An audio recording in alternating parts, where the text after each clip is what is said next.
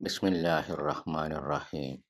ഇന്നൽ ഹംദലില്ലാഹ് വസ്സലാത്തു വസ്സലാമു അലാ റസൂലില്ലാഹ് വഅലാ ആലിഹി വസഹ്ബിഹി അജ്മഈൻ. അസ്സലാമു അലൈക്കും വറഹ്മത്തുള്ളാഹി വബറകാതുഹു. മാതാപിതാക്കളോട് നന്മ ചെയ്യാൻ വേണ്ടി പ്രോത്സാഹിപ്പിക്കുകയും അവരുടെ അവകാശങ്ങളിൽ വീഴ്ച വരുത്തുന്നവർക്കുള്ള ശക്തമായ താക്കീത് നൽകുകയാണ് അൽ-അല്ലാമ അബ്ദുല്ല അൽ ബുഖാരി ഹഫിദഹുല്ല. അദ്ദേഹം പറഞ്ഞു, ശേഷം അദ്ദേഹം അഥവാ ഇബ്നു കസീർ റഹിമഹുല്ല ഈ ആയത്തിൻ്റെ കൂടുതൽ വിശദീകരണം ഉദ്ധരിച്ചു. അതായത് സൂറത്ത് ഇസ്രായേലിൻ്റെ വിശദീകരണം പറഞ്ഞുകൊണ്ടിരിക്കുകയാണ്. സൂറത്ത് ഇസ്രായേൽ 17-ാം അധ്യായം. അങ്ങനെ അതിനെക്കുറിച്ച് പറയാണ്.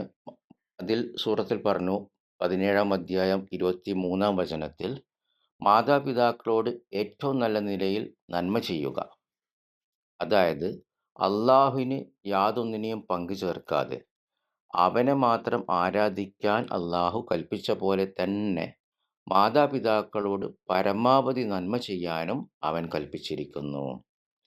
മറ്റൊരായത്തിൽ അള്ളാഹു പറയുന്നു, എന്നോടും നിന്റെ മാതാപിതാക്കളോടും നന്ദി കാണിക്കൂ, എന്നിലേക്കാണ് നിങ്ങളുടെ മടക്കം. ഇത് സൂറത്തുൽ ലുഖ്മാനിലെ 31-ാം അധ്യായം 14-ാം വചനാണ്.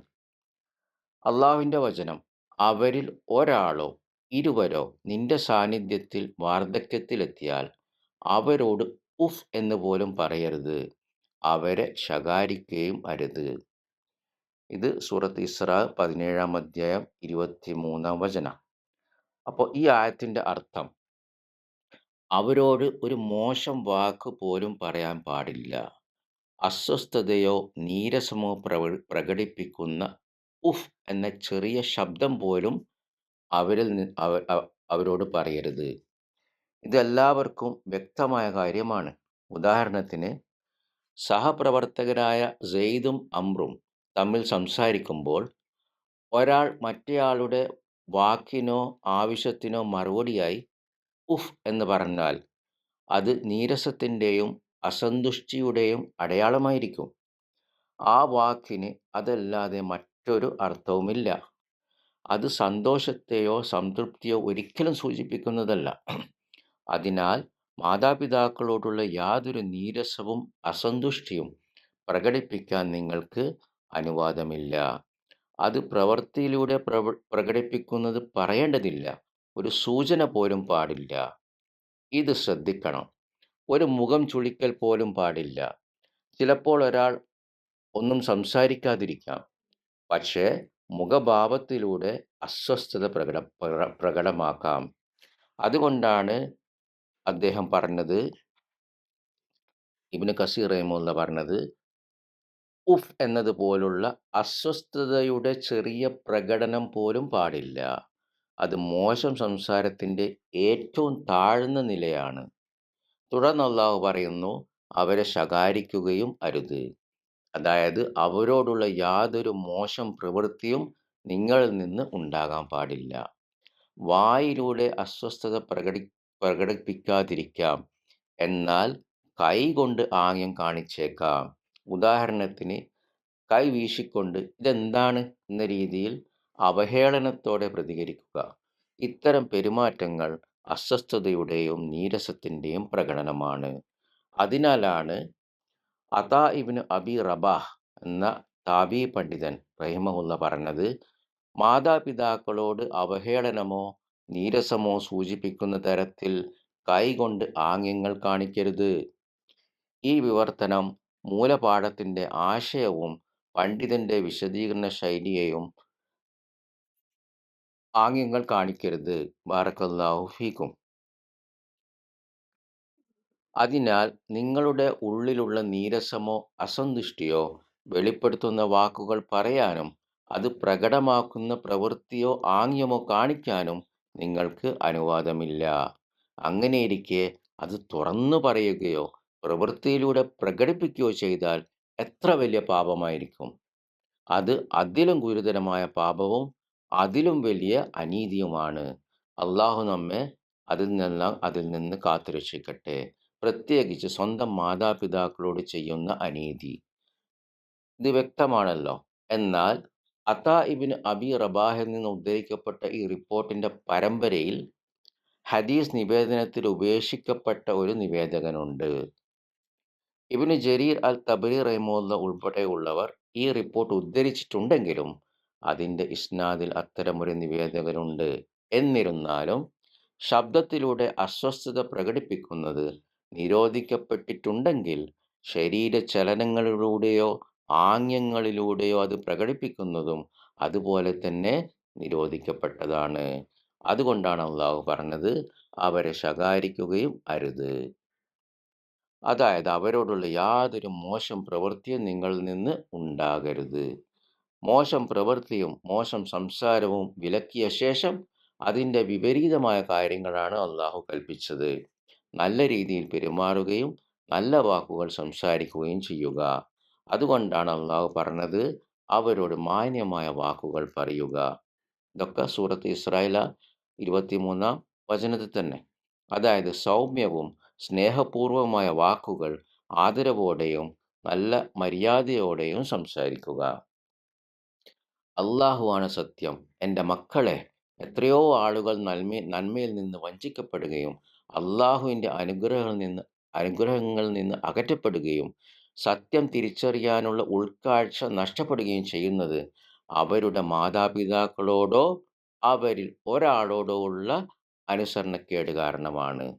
ഈ അതിഗുരുതരമായ വിഷയം വളരെ ശ്രദ്ധയോടെ മനസ്സിലാക്കുക. മാതാപിതാക്കളെ അനുസരിക്കുകയും അവരോട് നല്ല നിലയിൽ പെരുമാറുകയും ചെയ്യുന്നതിലൂടെ അള്ളാഹുവിനോട് അടുക്കാൻ ശ്രമിക്കുക. കാരണം അതിന് അള്ളാഹു നിങ്ങളോട് കൽപ്പിച്ചിരിക്കുന്നു. നിങ്ങൾ ദാനധർമ്മം ചെയ്യുന്നതിലൂടെയും അയൽക്കാരോട് നന്മ ചെയ്യുന്നതിലൂടെയും മക്കളെ നല്ല രീതിയിൽ വളർത്തുന്നതിലൂടെയും ഭാര്യയോട് നല്ല നിലയിൽ പെരുമാറുന്നതിലൂടെയും ആളുകളോട് നല്ല സ്വഭാവത്തോടെ ഇടപെടുന്നതിലൂടെയും അള്ളാഹുവിനോട് അടുക്കാൻ ശ്രമിക്കുന്നത് പോലെ മാതാപിതാക്കളോടുള്ള സൽപെരുമാറ്റത്തിലൂടെയും അള്ളാഹുവിൻ്റെ സാമീപ്യം തേടുക. അവരെ വിഷമിപ്പിക്കുന്നതോ നിങ്ങളോട് അവർക്ക് വിരോധമോ മനസ്സിലെ നീരസമോ തോന്നാൻ കാരണമാകുന്നതോ ആയ യാതൊന്നും ചെയ്യാതിരിക്കാൻ പ്രത്യേകം ശ്രദ്ധിക്കുക. അവരുടെ അടുത്തേക്ക് പോകുമ്പോൾ പ്രസന്നമായ മുഖത്തോടെയും സൗമ്യമായ നാവോടെയും മാന്യമായ വാക്കുകളോടെയും നല്ല പെരുമാറ്റത്തോടെയും പൂർണ്ണ ബഹുമാനത്തോടെയും സമീപിക്കുക. ഇത് വെറും അഭിനയമാകരുത്. നിങ്ങളുടെ സ്വഭാവത്തിൽ അത് പ്രകടമായിരിക്കണം. ആദ്യത്തിൽ അത് പ്രയാസമായി തോന്നിയാലും സ്വയം അതിന് ശീലിപ്പിക്കുക. ആ സ്വഭാവം വളർത്തിയെടുക്കുക. അതിലൂടെ അള്ളാഹുവിൻ്റെ സാമീപ്യം തേടുക. ഈ വിഷയം അതീവ ഗുരുതരമാണ്. ഈ ഒരു പാപം കാരണം നിങ്ങൾക്ക് അനേകം നന്മകൾ നഷ്ടപ്പെടാൻ ഇടയുണ്ട്. സുഫിയാൻ സൗരി റഹിമഹുള്ള പറഞ്ഞു, ഈ വാക്ക് അബ്ദുല്ലാഹി ഇബ്നു മസ്ഊദ് റളിയല്ലാഹു അൻഹു നിന്ന് ഉദ്ധരിക്കപ്പെട്ടിട്ടുണ്ട്. അബൂ നുഐം അൽ ഇസ്ഫഹാനി അദ്ദേഹത്തിൻ്റെ ഹില്യത്തുൽ ഔലിയ എന്ന ഗ്രന്ഥത്തിലും മറ്റുള്ളവരും ഇത് രേഖപ്പെടുത്തിയിട്ടുണ്ട്. ഒരു മനുഷ്യൻ ചെയ്തു പോകുന്ന ഒരു പാപം കാരണം അവൻ പഠിച്ച അറിവ് പോലും മറന്നു പോകുമെന്ന് ഞാൻ കരുതുന്നു. അതാണ് ഉദ്ധരണി. ഒരു വ്യക്തി വ്യഭിചാരമോ മദ്യപാനമോ ഉള്ള മഹാപാപങ്ങൾ ചെയ്തത് കൊണ്ട് മാത്രമല്ല നന്മയിൽ നിന്ന് വഞ്ചിക്കപ്പെടുന്നത്. അവ തീർച്ചയായും ഗുരുതരമായ പാപങ്ങളാണ്. എന്നാൽ ചിലപ്പോൾ ഒരാൾ നിസ്സാരമായി കാണുന്ന, ശ്രദ്ധിക്കാതിരിക്കുന്ന ഒരു ചെറിയ പാപം പോലും ചെയ്തേക്കാം. അതിൻ്റെ ഫലമായി അവൻ പഠിച്ചിരുന്ന ധാരാളം അറിവ് മറന്നു പോവുകയും വലിയ നന്മകൾ ലഭിക്കാതിരിക്കുകയും ചെയ്യാം. അതിനാൽ ഈ വിഷയത്തിൽ വളരെ ജാഗ്രത പാലിക്കുക. ഇനി മാതാപിതാക്കൾ അവിശ്വാസികളാണെങ്കിലും അവരോട് നന്മ ചെയ്യേണ്ടതാണ്. കാരണം അള്ളാഹു പറഞ്ഞു, അവർ നിനക്ക് അറിവില്ലാത്ത ഒന്നിനെ എന്നോട് പങ്കുചേർക്കാൻ നിന്നെ നിർബന്ധിച്ചാൽ, ഷിർക്ക് ചെയ്യാൻ നിർബന്ധിച്ചാൽ ആ കാര്യത്തിൽ അവരെ അനുസരിക്കരുത്. എന്നാൽ ഇഹലോകത്തിൽ അവരോടൊപ്പം നല്ല നിലയിൽ സഹവസിക്കണം. ഇത് സൂറത്തുൽ ലുഖ്മാൻ 31 അധ്യായം 15 വചനാണ്. അവരെ അനുസരിക്കരുത്. കാരണം അനുസരണം നന്മയിലുള്ള കാര്യങ്ങളിൽ മാത്രമാണ്. അപ്പോൾ അവർ ഇസ്ലാമിനെതിരെ പറഞ്ഞാൽ, ഷിർക്ക് ചെയ്യാൻ പറഞ്ഞാൽ അവിശ്വാസികളെ അനുസരിക്കരുത്. എന്നാൽ ഇഹലോകത്തിൽ അവരോടൊപ്പം നല്ല നിലയിൽ സഹവസിക്കണം. ഒരു പക്ഷെ നിങ്ങൾ അവരോട് കാണിക്കുന്ന ഈ നല്ല സഹവർത്തിത്വം തന്നെ അവർ ഇസ്ലാം സ്വീകരിക്കാനും സത്യം അംഗീകരിക്കാനും ഒരു കാരണമായേക്കാം. അത് നിങ്ങൾക്കറിയില്ല. ഹൃദയങ്ങളെല്ലാം അത്യന്തം കരുണാനിധിയായ അള്ളാഹുവിൻ്റെ നിയന്ത്രണത്തിലാണ്. അവൻ ഉദ്ദേശിക്കുന്ന പ്രകാരം അവയെ മാറ്റിമറിക്കുന്നു. അവൻ എത്രയോ പരിശുദ്ധനും അത്യുന്നതനുമാകുന്നു.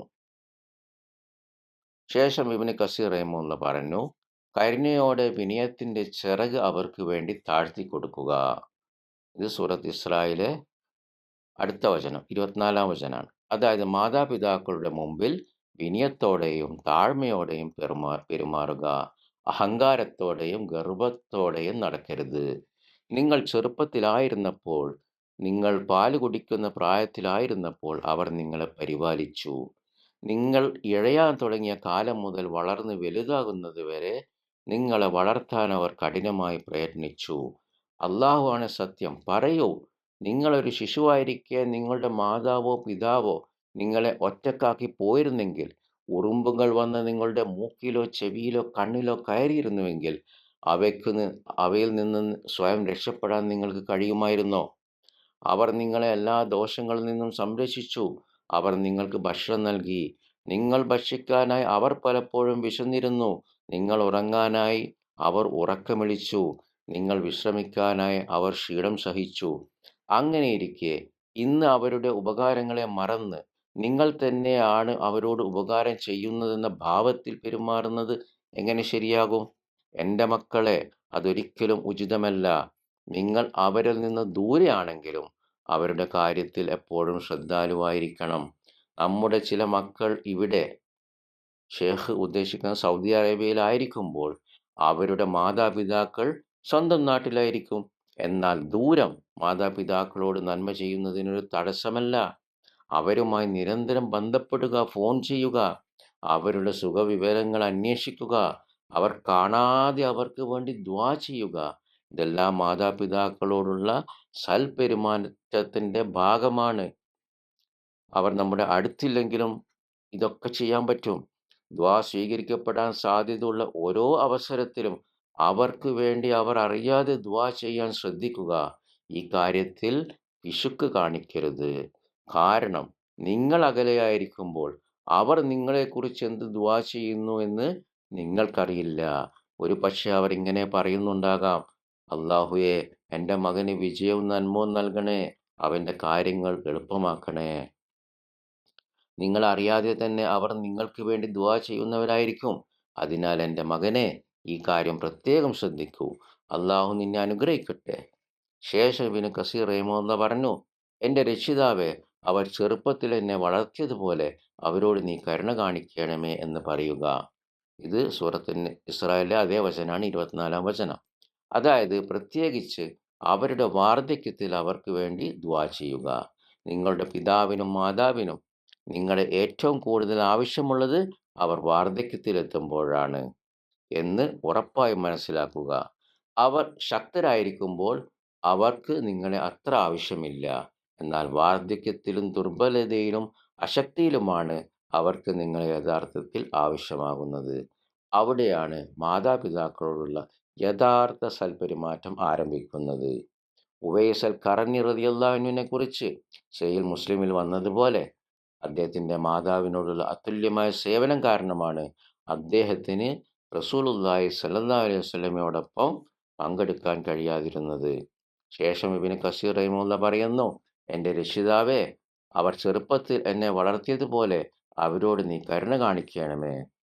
അതായത് അവരുടെ വാർദ്ധക്യത്തിലും മരണശേഷവും അവർക്ക് വേണ്ടി ദുആ ചെയ്യുക. ശേഷം അദ്ദേഹം പറയുന്നു, മാതാപിതാക്കളോട് സൽപെരുമാറ്റം പുലർത്തുന്നതിനെക്കുറിച്ച് അനേകം ഹദീസുകൾ റിപ്പോർട്ട് ചെയ്യപ്പെട്ടിട്ടുണ്ട്. എന്നിട്ട് ഷേഖ് അബ്ദുള്ള ബുഖാരി ഹഫിദഹുല്ല പറയുന്നു, ഈ വിഷയത്തെക്കുറിച്ച് ചില പണ്ഡിതന്മാർ പ്രത്യേക ഗ്രന്ഥങ്ങൾ തന്നെ രചിച്ചിട്ടുണ്ട്. ചിലർ ഒന്നിലധികം ഗ്രന്ഥങ്ങളും എഴുതിയിട്ടുണ്ട്. മാതാപിതാക്കളോടുള്ള സൽപെരുമാറ്റത്തെക്കുറിച്ചുള്ള ഹദീസുകൾ പ്രത്യേകം സമാഹരിച്ചവരിൽ അബൂബക്കർ അൽ തുർത്തൂഷി റഹിമഹുല്ലയും മറ്റു പല പണ്ഡിതന്മാരും ഉൾപ്പെടുന്നു. ജനങ്ങളുടെ ശ്രദ്ധ ഈ മഹത്തായ ആരാധനാ കർമ്മത്തിലേക്ക് തിരിക്കേണ്ടതിൻ്റെ അത്യന്തം പ്രാധാന്യം കൊണ്ടാണ് അവർ ഇങ്ങനെ പ്രത്യേക ഗ്രന്ഥങ്ങൾ രചിച്ചത്. ചില ആളുകൾ യാതൊരു യഥാർത്ഥ പ്രയോജനവുമില്ലാത്ത നിസ്സാര കാര്യങ്ങളിൽ വ്യാപൃതരാകാൻ തിടുക്കം കാണിക്കുന്നു. അവർ അവർ ഞങ്ങൾ വളരെ തിരക്കിലാണെന്ന് നടിക്കുന്നു. എന്നാൽ യഥാർത്ഥത്തിൽ അവർ വിലയില്ലാത്ത കാര്യങ്ങളിലാണ് സമയം ചെലവഴിക്കുന്നത്. എന്നിട്ടും സ്വന്തം മാതാപിതാക്കളുടെയോ അവരിൽ ഒരാളുടെയോ ആവശ്യങ്ങൾ നിറവേറ്റാൻ അവർ തയ്യാറാകുന്നില്ല. അവർ തങ്ങൾക്ക് പല ബാധ്യതകളുമുണ്ടെന്ന് അവകാശപ്പെടുന്നു. എന്നാൽ അവർ കളവ് പറയുകയാണെന്ന് അവരുടെ ഉള്ളിൽ അവർക്ക് തന്നെ അറിയാം. അവർ മറച്ചു വെക്കുന്നതെല്ലാം അള്ളാഹുവിനും അറിയാം. മാതാപിതാക്കൾ ആവശ്യപ്പെടുന്ന കാര്യം നിർബന്ധമായ ഒന്നല്ല, അനുവദനീയമായ ഒരു കാര്യമാണെങ്കിലും അവർ അത് നിങ്ങളോട് ആവശ്യപ്പെട്ടാൽ നിങ്ങളുടെ കാര്യത്തിൽ അത് നിറവേറ്റുന്നത് നിർബന്ധമായി തീരുന്നു. അതിനാൽ അവരുടെ ആവശ്യത്തോട് ഉടൻ പ്രതികരിക്കുക. അവർ ഇഷ്ടപ്പെടുന്ന കാര്യങ്ങൾ അന്വേഷിച്ച് കണ്ടെത്തുക. ഭക്ഷണമോ വസ്ത്രമോ പാനീയമോ അതുപോലുള്ള മറ്റെന്തെങ്കിലും ആവട്ടെ, അവർ നിങ്ങളെ സന്തോഷിപ്പിച്ചിരുന്നത് പോലെ നിങ്ങളും അവരെ സന്തോഷിപ്പിക്കുക. ഒരു മനുഷ്യൻ ഞാൻ എനിക്ക് എന്ന് മാത്രം ചിന്തിച്ച് സ്വാർത്ഥനാകരുത്. അത് ഉചിതമല്ല. അത് സത്യവിശ്വാസികളുടെ സ്വഭാവവുമല്ല. നബി സല്ലല്ലാഹു അലൈഹി വസല്ലം പറഞ്ഞു, ഒരാളും തനിക്ക് വേണ്ടി ഇഷ്ടപ്പെടുന്നത് തൻ്റെ സഹോദരനും ഇഷ്ടപ്പെടുന്നത് വരെ പൂർണ്ണ വിശ്വാസിയാവുകയില്ല. എങ്കിൽ അത് സ്വന്തം മാതാപിതാക്കളുടെ കാര്യത്തിലാകുമ്പോൾ എത്രയോ അധികം ശ്രദ്ധിക്കേണ്ടതാണ്. അത്ഭുതപ്പെടുത്തുന്ന സംഭവങ്ങളും വിചിത്രവും ഭയാനകവുമായ വാർത്തകളും നമ്മൾ കേൾക്കുകയും കാണുകയും ചെയ്യുന്നു. ചിലർ സ്വന്തം പിതാവിനെയോ മാതാവിനെയോ അടിക്കുന്നു. ചിലർ അതിലും അപ്പുറം കടന്ന് കഠിനമായി ഉപദ്രവിക്കുന്നു. ചിലർ കൊലപാതകം വരെ ചെയ്യുകയും അവരുടെ ജീവൻ അപഹരിക്കുകയും ചെയ്യുന്നു. ഈ മാതാവ് എത്ര നാൾ അവനെ ഗർഭത്തിൽ ചുവന്നു, അവന് വേണ്ടി എത്രയോ കഷ്ടപ്പാടുകൾ സഹിച്ചു. പ്രസവ സമയത്ത് മരണത്തെ മുഖാമുഖം കണ്ടവളാണവൾ. അങ്ങനെയുള്ള മാതാവിനുള്ള പ്രതിഫലം ഇതാണോ? അവളെ കൊല്ലുക, ഉപദ്രവിക്കുക, അല്ലെങ്കിൽ അവൾക്ക് വേദനയുണ്ടാക്കുക? മാതാപിതാക്കളോടുള്ള ഇത്തരം അനുസരണക്കേടിൽ നിന്ന് അള്ളാഹുവിനോട് നാം രക്ഷ തേടുന്നു. അള്ളാഹുവാണ് സത്യം. ഇങ്ങനെ പെരുമാറുന്ന ഒരാൾ വിജയിച്ചിട്ടില്ല, വിജയിക്കുകയുമില്ല. ആത്മാർത്ഥമായി അള്ളാഹുവിലേക്ക് പശ്ചാത്തപിച്ചാൽ മാത്രമേ അവന് മോചനമുണ്ടാകൂ. സഹായം തേടേണ്ടവൻ അള്ളാഹു മാത്രമാണ്. 1414 ഹിജ്റ വർഷത്തിൽ ഒരു പ്രായമായ മനുഷ്യൻ എൻ്റെ അടുത്ത് വന്നു.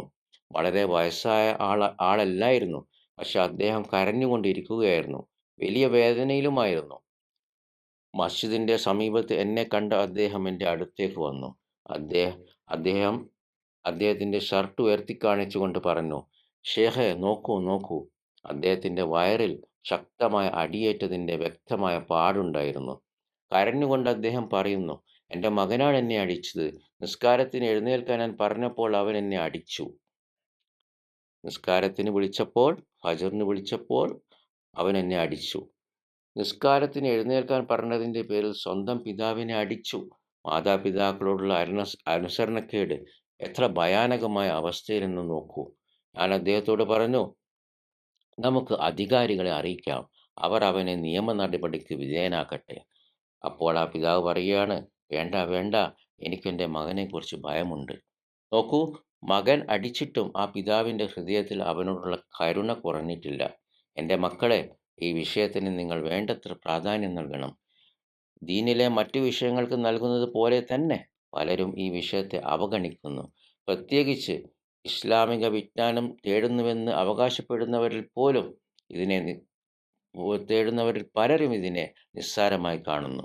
നിങ്ങൾ നിസ്കാരങ്ങൾ കൃത്യമായി പാലിക്കണം.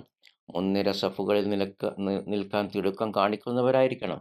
സത്യസന്ധമായി സംസാരിക്കണം. ഇവക്കെല്ലാം മുമ്പായി ശരിയായ വിശ്വാസവും റസൂലുള്ളാഹി സ്വല്ലല്ലാഹു അലൈഹി വസല്ലം മാർഗം ശരിയായി പിന്തുടർന്നുകൊണ്ടാകണം.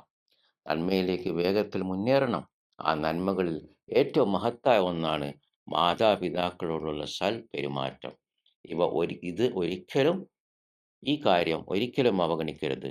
നിങ്ങൾ നിങ്ങളുടെ മാതാപിതാക്കളോട് നന്മ ചെയ്യുക. അപ്പോൾ നിങ്ങളുടെ മക്കളും നിങ്ങളോട് നന്മ ചെയ്യും. പറയാറുള്ളത് പോലെ ഈ ലോക ജീവിതം ഒരു കടമയാണ്. നിങ്ങൾ ചെയ്യുന്നത് പോലെ തന്നെയാണ് നിങ്ങൾക്കും തിരിച്ചു കിട്ടുക. അള്ളാഹുവിൻ്റെ സഹായമില്ലാതെ യാതൊരു ശക്തിയോ കഴിവോ ഇല്ല. ബാറക്കല്ലാഹു ഫീക്കും. ഹഫിദക്കുമുല്ലാ. ഷെയ്ഖിൻ്റെ ശബ്ദം വീഡിയോയിൽ നിങ്ങൾക്ക് ഈ വീഡിയോയുടെ ഡിസ്ക്രിപ്ഷനിൽ പോയാൽ അവിടെ ഇതേ തലക്കെട്ടും അതിൻ്റെ ലിങ്കുമുണ്ട്. ആ ലിങ്ക് തുറന്നാൽ നിങ്ങൾക്ക് ഷെയ്ഖിൻ്റെ ബാറക്കല്ലാഹു ഫീക്കും ശബ്ദം കേൾക്കാം. സുബ്ഹാനക്കല്ലാഹുമ്മ വബിഹംദിക അഷ്ഹദു അൻ ലാ ഇലാഹ ഇല്ലാ അൻത അസ്തഗ്ഫിറുക വഅതൂബു ഇലൈക്. അസ്സലാമു അലൈക്കും വറഹ്മത്തുള്ളാഹി വബറകാതുഹു.